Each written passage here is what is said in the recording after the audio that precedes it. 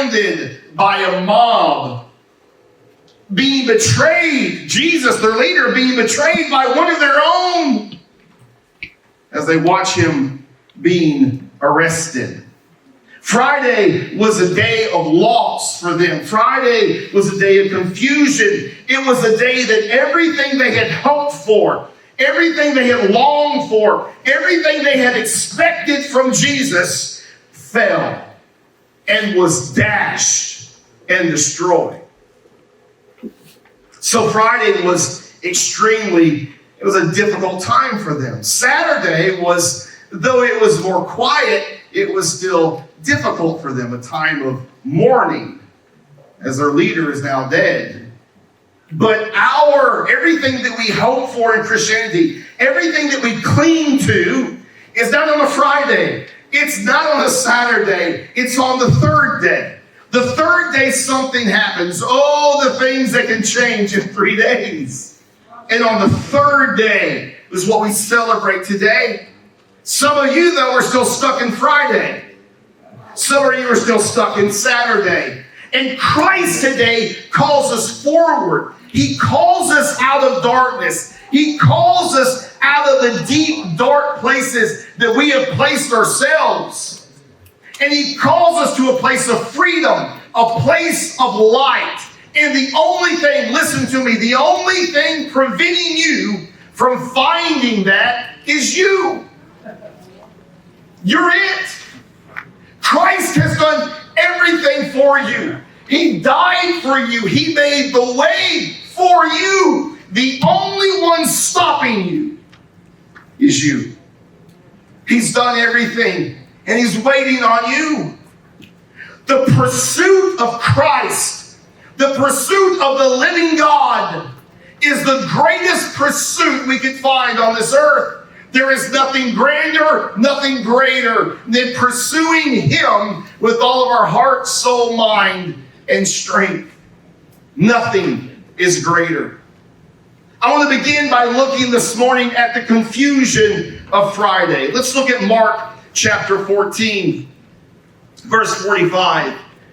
After coming, Judas went to Jesus saying, Rabbi, and kissed him, which was the sign to the mob. The one I kiss, he is the one that you are to arrest.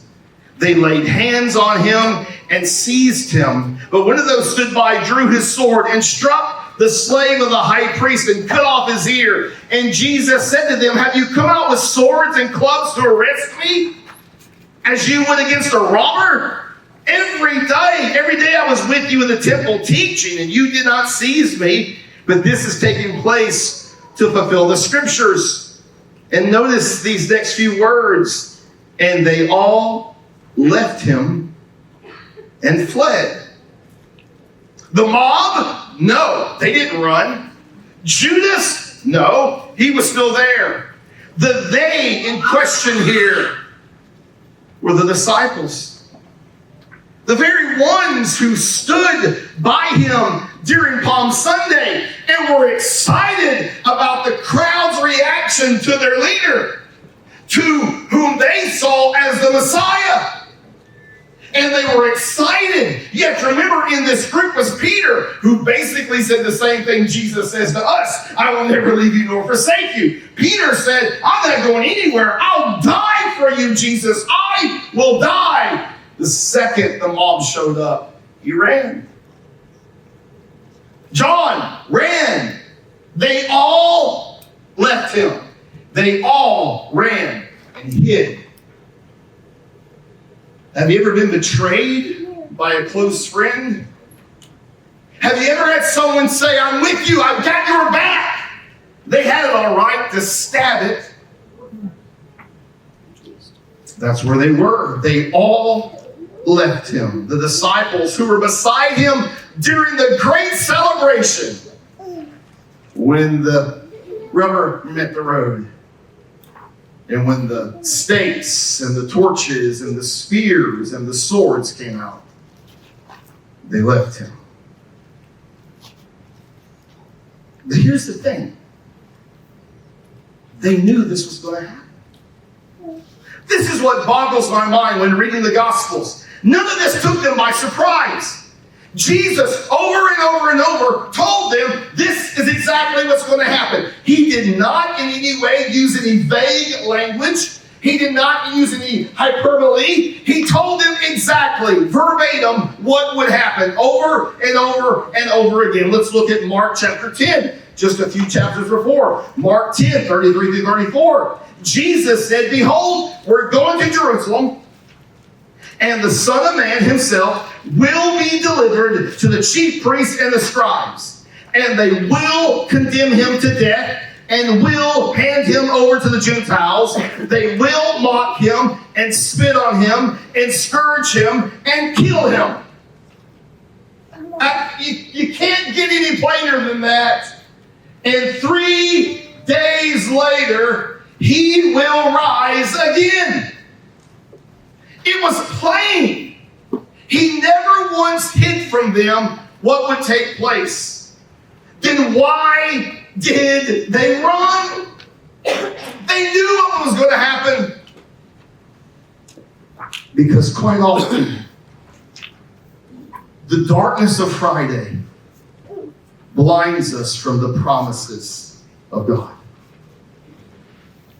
The pain that we're currently going through are often louder than his promises. And they come rushing in quickly. Though God says, I've got you, though we read his word and we go, you got me, God, I trust you, I believe in you, and then the pain hits, then the heartache begins, then the kids go astray, then the marriage is on the rocks, when the job suddenly is threatened, all the promises that we once just the day before said, I trust you, I believe, oh God. Suddenly, those promises are blurred by the troubles.